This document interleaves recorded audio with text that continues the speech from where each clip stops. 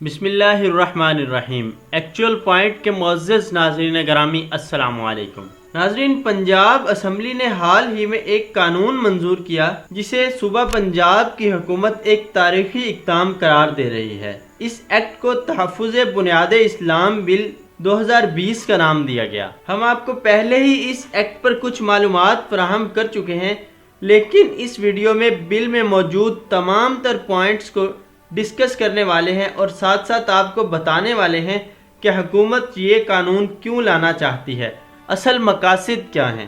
لہذا ناظرین، آپ سے گزارش ہے کہ چینل کو سبسکرائب کر کے بیل آئیکن ضرور دبا دیجیے۔ ناظرین، اس نئے قانون میں کہا گیا ہے کہ ایسی تمام تر کتابوں اور اشاعت پر پابندی ہوگی جن میں اللہ تعالیٰ، پیغمبر اسلام حضرت محمد رسول اللہ صلی اللہ علیہ وآلہ وسلم اور دیگر تمام انبیاء اکرام، صحابہ اکرام، اہل بیت، مقدس کتب، فرشتوں کے حوالے سے کوئی گستاخانہ مواد شامل ہوگا۔ قانون کے مطابق کتابوں میں جہاں بھی حضرت محمد رسول اللہ صلی اللہ علیہ وآلہ وسلم کا نام لکھا جائے گا، ساتھ خاتم النبیین اور اس کے بعد عربی رسم الخط میں صلی اللہ علیہ وآلہ وسلم لکھنا لازم ہوگا۔ ناظرین، ہر اس قسم کے مواد پر بھی پابندی ہوگی جو نظریہ پاکستان یا پاکستان کی خود مختاری اور سلامیت کو خطرے میں ڈالے گا۔ ناظرین، ایسے تمام مواد کو بھی پبلش نہیں کیا جائے گا جو اخلاقی اقدار اور تہذیب کے خلاف ہو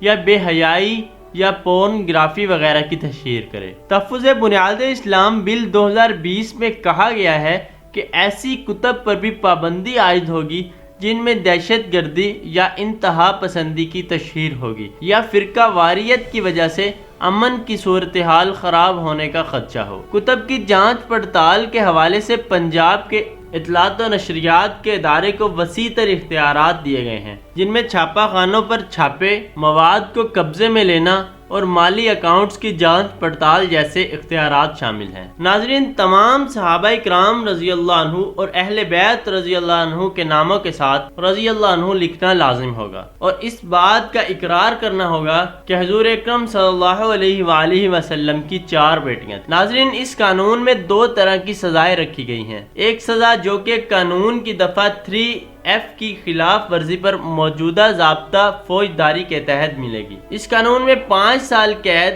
یا 5 لاکھ روپے جرمانے کی سزا بھی رکھی گئی ہے، جو کہ دفعہ 311 کے علاوہ باقی تمام دفعات کے خلاف ورزی پر دی جائے گی۔ کوئی بھی شخص DGPR کی اجازت کے بغیر کوئی بھی ایسی کتب یا مواد شائع نہیں کرے گا جو پہلے بیرون ملک میں شائع یا نشر ہو گیا ہو۔ لہٰذا کسی بھی کتاب کی نشریات کے لیے DGPR کو ایک فارم پر درخواست لکھنا ہوگی۔ ناظرین، اب بات کرتے ہیں کہ حکومت یہ قانون کیوں لانا چاہتی ہے، اصل مقصد کیا ہے۔ پنجاب حکومت کا کہنا تھا کہ اس قانون کی ضرورت مذہب اور مقدس ہستیوں کی توہین جیسے واقعات کی روک تھام کے لیے پیش آئی ہے۔ اسپیکر پنجاب اسمبلی چودھری پرویز الہی کا کہنا تھا کہ ماضی میں ایسے واقعات کی نشاندہی قرارداد کی صورت میں اسمبلی کے اراکین کر چکے ہیں۔ ان تمام قراردادوں کو بھی منظور کیا گیا تھا اور اب اس پر قانون سازی بھی کر دی گئی ہے۔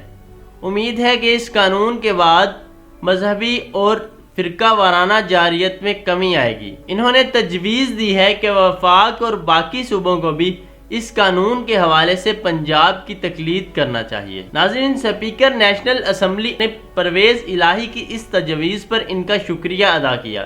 انشاءاللہ بہت جلد اس قانون کو وفاق سے بھی منظور کروا لیا جائے گا۔ ناظرین، اس ویڈیو کو لائک کیجیے اور شیئر کیجیے اور کمنٹ باکس میں اپنی قیمتی رائے کا اظہار ضرور کیجیے۔ اللہ حافظ۔